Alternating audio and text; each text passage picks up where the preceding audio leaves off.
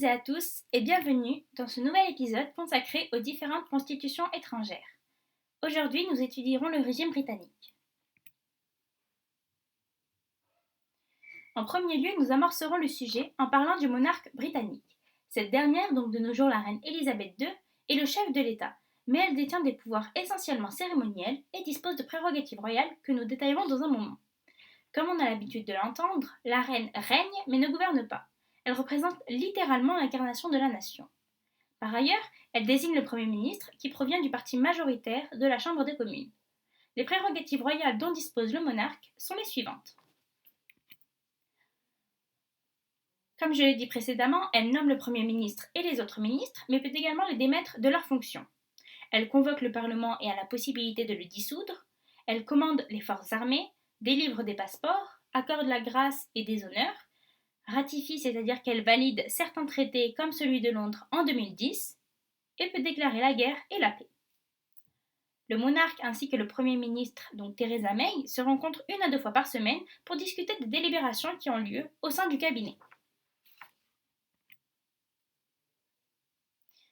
Intéressons-nous maintenant aux 3 pouvoirs du Royaume-Uni. Le pouvoir exécutif est détenu par le Premier ministre britannique en place aujourd'hui, Theresa May. Elle est également le chef du gouvernement. Les membres du gouvernement sont presque tous membres du Parlement, généralement issus de la Chambre des communes.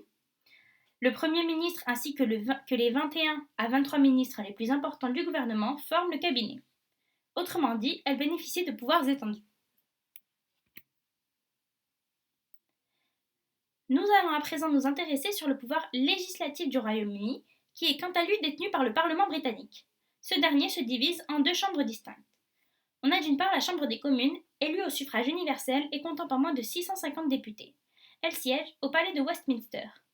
Par ailleurs, la Chambre des communes peut exprimer sa méfiance vis-à-vis du gouvernement, soit en rejetant une motion de confiance soumise par ce dernier. Donc, dans un régime de démocratie parlementaire, le vote de confiance est un vote d'un parlement par lequel les députés décident d'accorder ou non leur confiance au gouvernement en place, mais le plus souvent le résultat est positif car les gouvernements en place ont le plus souvent la majorité au parlement. Et il y a le cas inverse, en émettant un vote de défiance, et dans ce cas-là, le Premier ministre se voit dans l'obligation de démissionner. Si les lois peuvent être présentées à l'une ou l'autre des chambres, c'est bien à la Chambre des communes que revient le pouvoir décisionnel.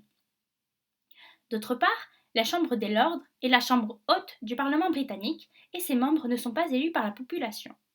L'inégalité de pouvoir est considérablement forte entre ces 2 chambres. En effet, la Chambre des lords dispose de pouvoirs considérablement réduits par rapport à la Chambre des communes. Enfin, elle n'a pas le droit de proposer des lois concernant la taxation ou le budget. Alors si on résume, le Premier ministre dispose de pouvoirs à la fois exécutifs et législatifs?